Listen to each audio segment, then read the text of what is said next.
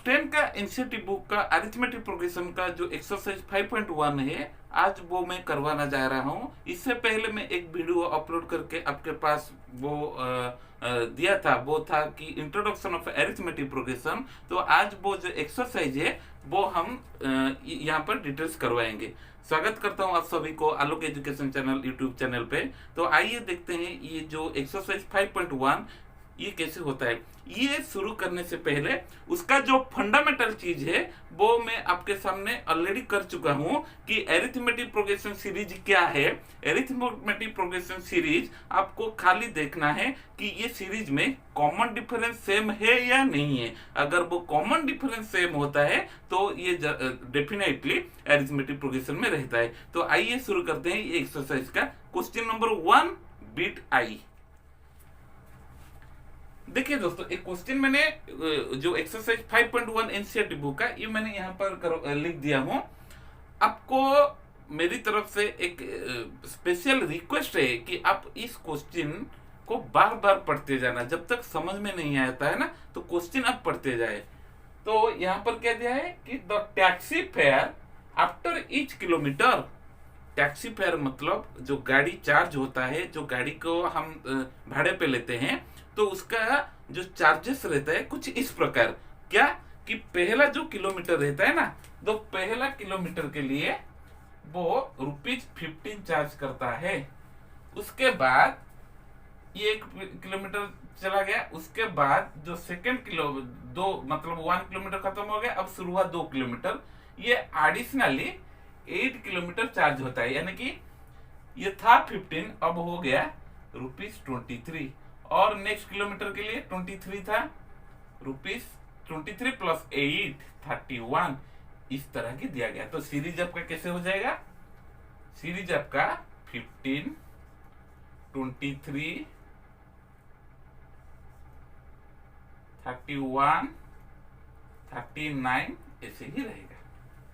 ये हो गया आपका सीरीज। आपको यहाँ पर मतलब वर्ड प्रॉब्लम जो क्वेश्चन दिया गया है इसमें से आपको ये सीरीज निकालना है। अब सीरीज निकाल दिया तो उसके बाद आप क्या करोगे कि इस सीरीज को आप टेस्ट करो कि ये एपी में है या नहीं है। बहुत सिंपल है। किसी भी सीरीज को आप टेस्ट करने के लिए आपको क्या जरूरत होगा कि कॉमन डिफरेंस। अगर कॉमन डिफरेंस कांस्टेंट मतलब हर पहलू में हर स्टेप में कॉमन डिफरेंस सेम हो जाएगा ना, तो वो सीरीज एपी में रहेगा। तो ऐसे में हम क्या कर सकते हैं, ऐसे ही करेंगे। देखो, common difference C D equal to A2 minus A1, यानी कि ये हो गया आपका A1 A2 A3 A4 and so on. तो हम क्या करेंगे इधर A2 माइनस A1 यानी कि 23 minus 15 is equal to 8। A3 minus A2 31 minus 23 is equal to 8।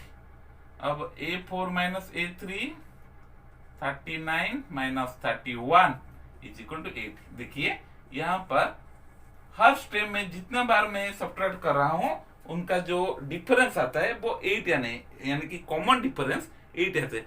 तो डेफिनेटली ये सीरीज आपका एपी में रहेगा। समझ में आया? आपको जो सीरीज दिया गया उस सीरीज में आपको खाली ये निकालना है कि कॉमन डिफरेंस यानी कि सी डी, जो कि A2 minus A1 A3 minus A2 A4 minus A3, ऐसे आप माइनस जब तक करते जाओगे ना उसका जो रिजल्ट आएगा अगर वो सेम रहेगा तो वो डेफिनेटली एपी में रहेगा।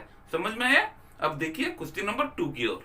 देखिए दोस्तों, ये क्वेश्चन नंबर 1 का जो बिट 2 यानी कि डबल आई का वो क्वेश्चन ये दिया गया है कि the amount of air present in a cylinder. एक सिलेंडर है, उसके अंदर एयर रहता है। उसके बाद क्या दिया कि when vacuum pump removes 1/4 of the air remaining. तो मानो ये एक सिलेंडर है, ये एक सिलेंडर है, ये सिलेंडर से when vacuum pump removes 1/4 of the air remaining in the cylinder at a time। क्या होता है कि पहले सपोज उसका जो वॉल्यूम था, वॉल्यूम तो मेरे को पता नहीं, हम भी लिख सकते हैं, यानी कि ले जाइए आप, let the volume of the cylinder be भी। तो ये भी से क्या होगा कि 1/4 भी अभी पहले क्या था, भी था। अब इसका 1/4 रिमूव हो जाएगा। इस सिलेंडर से जितना भी एयर इसके अंदर है वो 1 जितना भी था उसका 1/4, यानी कि भी का 1/4 अब चला गया। 1/4 ऑफ भी इक्वल टू 1/4 इंटू भी/4। तो भी पहले था, अब v/4 चला गया, तो v माइनस v/4 यानी कि 3v/4। आप सब्ट्रैक्शन v से v माइनस 4 को अगर सब्ट्रैक्शन करेंगे तो 3v/4 उसके बाद देखिए कि अब सिलेंडर में 3v/4 रहा। अब 1/4 यहां से चला जाएगा, तो 1/4 ऑफ 3v/4 यानी कि 3v/16, मतलब इतना ही एयर चला जाएगा। अब कितना बचेगा, 3v/4 पहले ये था, अब चला जाएगा 3v/16, then 16 12v minus 3v यानी कि 9v/16। अब कितना रहा है, 9v/16। मेरे को 3 जो नंबर यहाँ पर, एक मिला v, दूसरा वाला है 3v/4 और तीसरा 9v/16। इसमें से हम टेस्ट कर सकते हैं कि ये सीरीज ऐसे ही जाएगा। तो ये सीरीज आपका एपी में है या नहीं है, चलिए देखते हैं।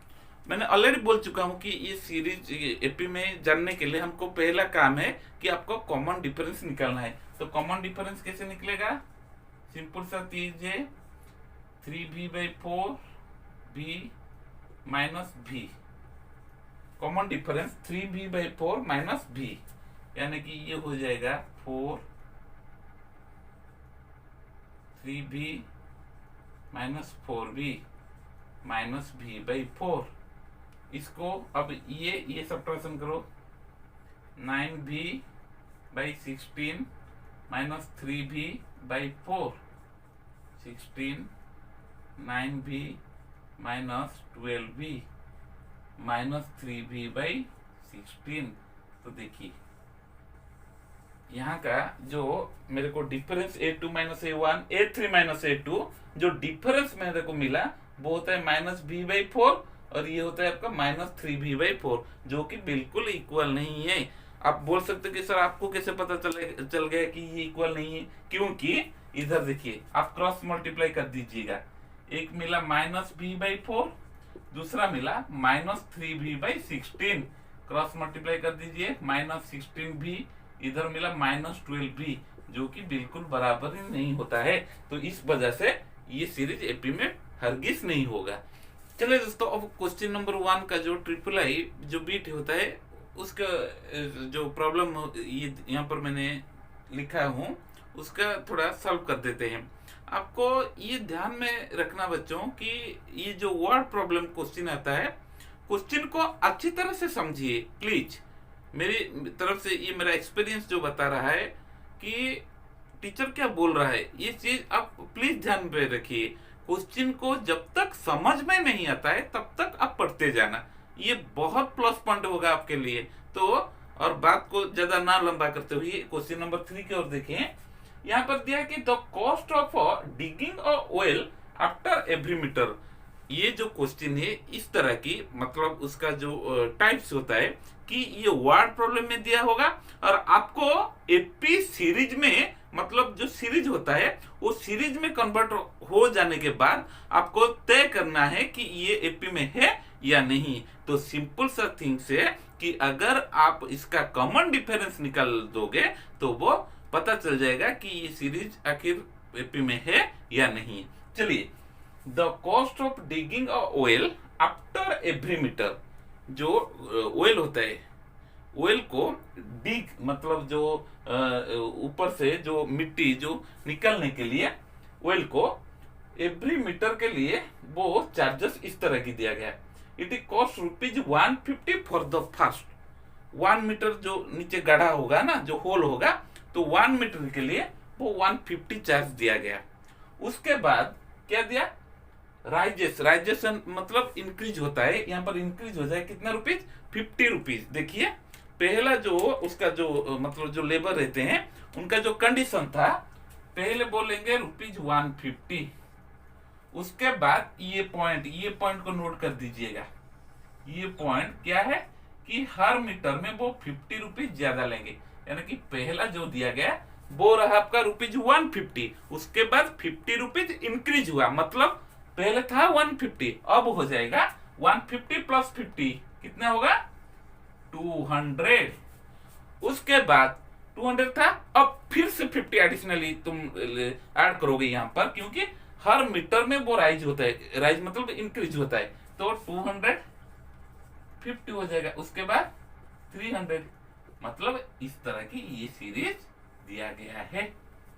ठीक है बच्चों, तो अगर ये सीरीज इस तरह की है तो हमको ये तय करना है, हमको ये सिलेक्ट करना है whether this series belongs to AP और नॉट। तो कॉमन डिफरेंस आप निकालिए।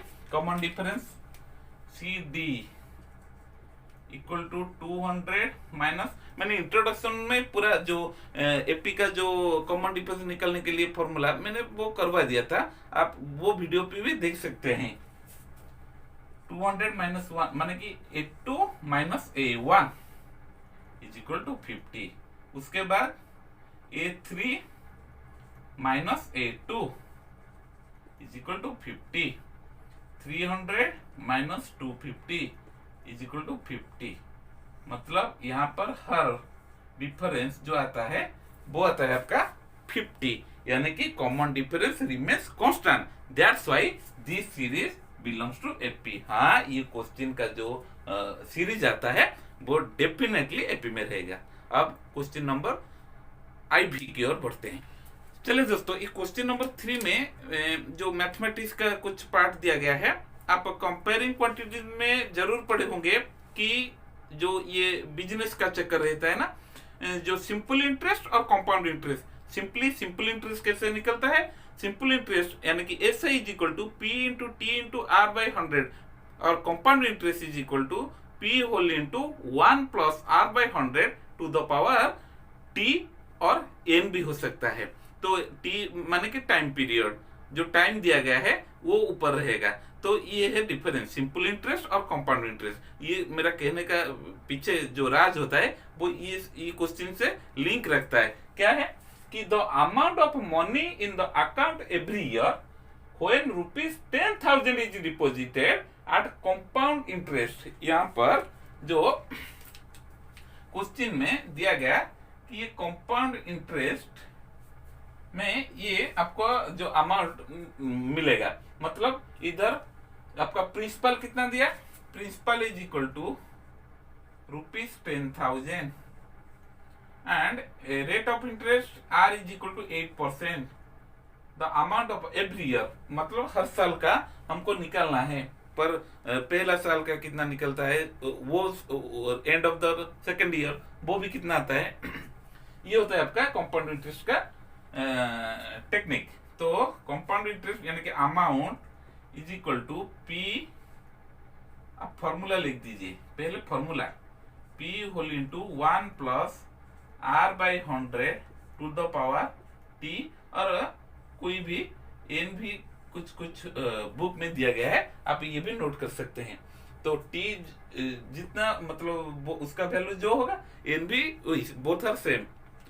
सो P whole into 1 plus R by 100, इसका मतलब क्या होता है कि मैंने P का वैल्यू यहाँ पर लिखना जा रहा हूँ। मैंने यहाँ पर P का वैल्यू क्या लिख रहा हूँ, 10,000 होल इंटू 1 प्लस R मतलब 8 by 100 to the power T यानी कि 1, एवरी ईयर का मुझे निकालना है। तो 10,000 ये हो जाएगा 108 बाई 100, ठीक है, 0000, तो ये हो गया आपका 10800, ठीक है। ये 10,800 पहला क्या था 10,000, उसके बाद ये आएगा 10,800। उसके बाद अमाउंट निकालना है। अब प्रिंसिपल, ये नया प्रिंसिपल हो जाएगा, क्योंकि अब आपका जो प्रिंसिपल पहले जो 10,000 था वो कंपाउंड इंटरेस्ट में कभी भी ये नहीं जाएगा, जाएगा तो ये जाएगा, मतलब जो नया प्रिंसिपल आ रहा है, मतलब ये अमाउंट है, ये अब कैलकुलेशन होगा यहाँ पे 10,800 whole into 1 plus 8/100 into to the power 1, 10,800 into 108/000000, तो 108 इंटू 108 मल्टीप्लाई कर दीजिए,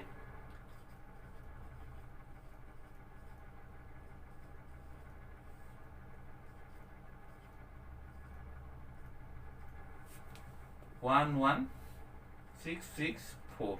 देखिए अब सीरीज ही मेरे को मिल गया। क्या है?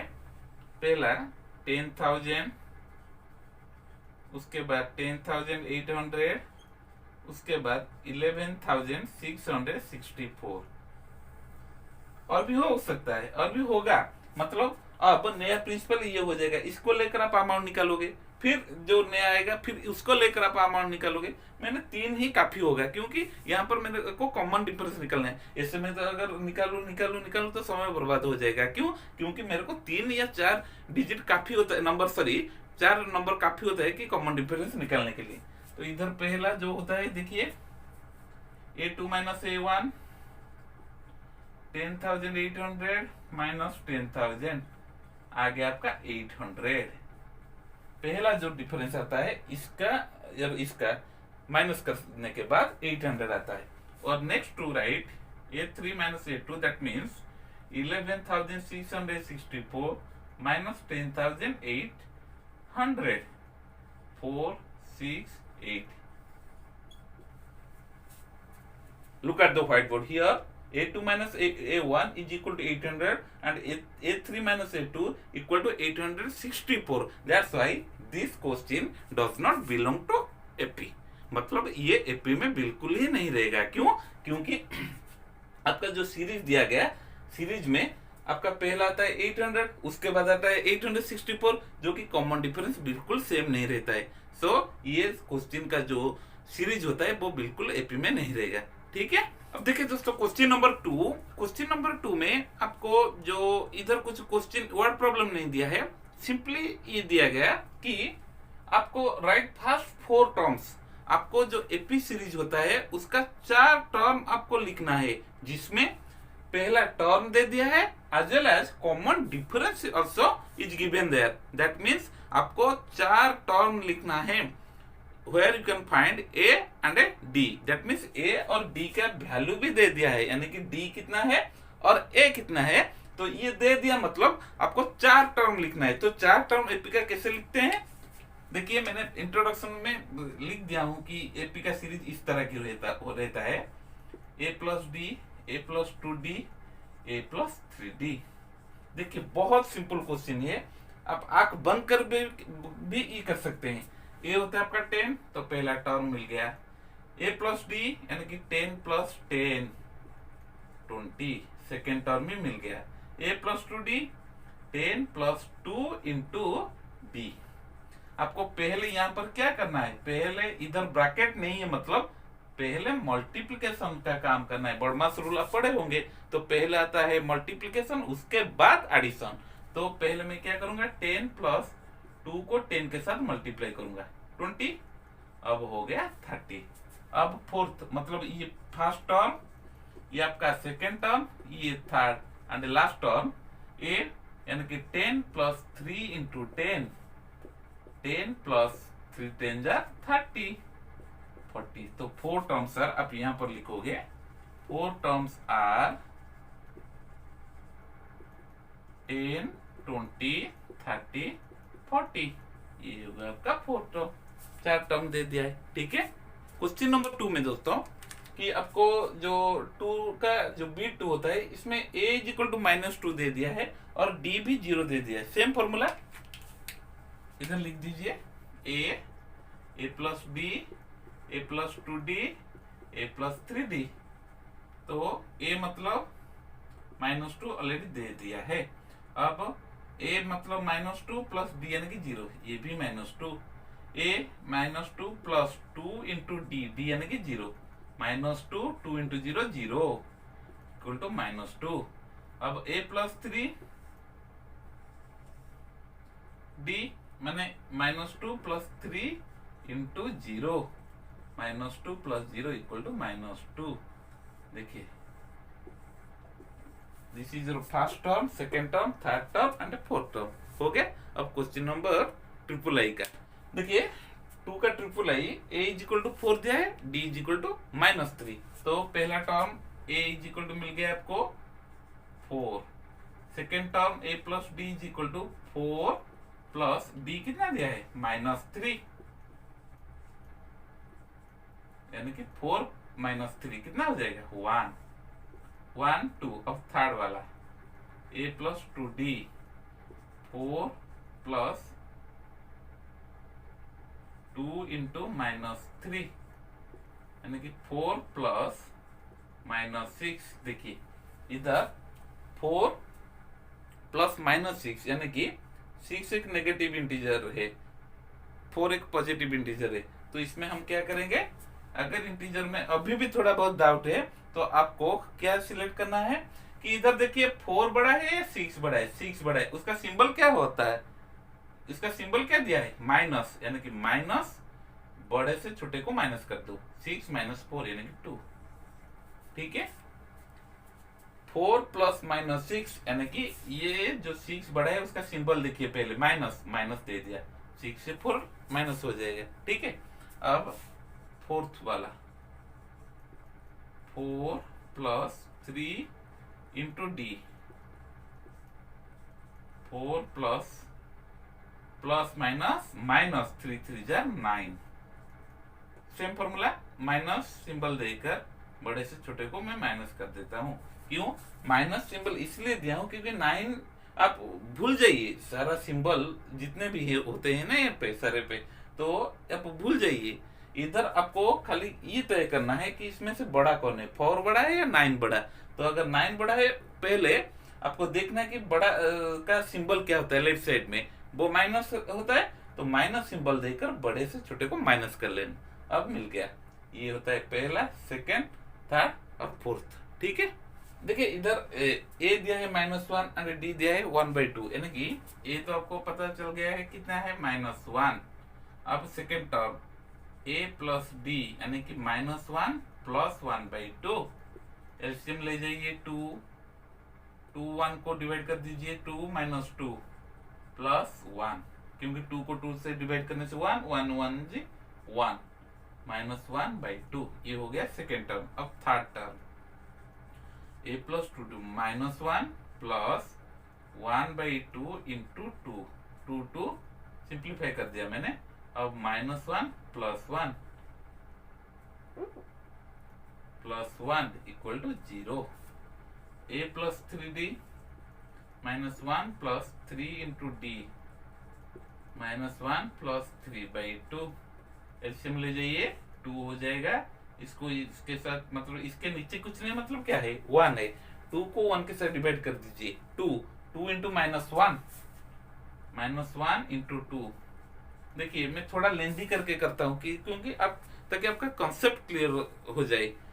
तो -1 इंटू 2, उसके बाद 2 को 2 के साथ डिवाइड कर दीजिए, 1 इंटू 3, -2 प्लस 3/2 यानी कि 1/2। देखिए ये होता है पहला term, second term, third term, fourth term, ठीक है। 2 का जो भी होता है उसके ओर बढ़ते हैं। इसमें से क्या दिया है आपका, ए दिया है -1.25, यानी कि पहला टर्म जो होता है वो a1 मिल गया -1.25, a2 यानी कि a2 मतलब क्या होता है a प्लस डी, ये क्या होगा a प्लस डी -1.25 प्लस -0.25, ये भी एक इंटीजर का जो एडिशन होता है। इस तरह के एप्लीकेशन हम बहुत बार कर दिए हैं ऑलरेडी। तो इधर क्या करेंगे, -1.25 दोनों नेगेटिव है, तो नेगेटिव सिंबल देकर सिंपली ऐड कर देना, 1.25 प्लस 0.25 यानी कि 1.50 माइनस 1.50। जब आपको दो नेगेटिव सिंबल दिखाई देता है ना, तो नेगेटिव सिंबल देकर उसको प्लस कर दीजिए। अब A3 यानी कि A plus 2D, A plus 2D कितना मिलेगा? A मतलब minus 1.25 plus 2 into D, D आपका हो गया माइनस 0.25 यानी कि माइनस 1.25 प्लस माइनस माइनस 0.50। इधर दोनों भी नेगेटिव है तो सिंपली नेगेटिव सिंबल देकर प्लस कर दीजिए, माइनस 1.75।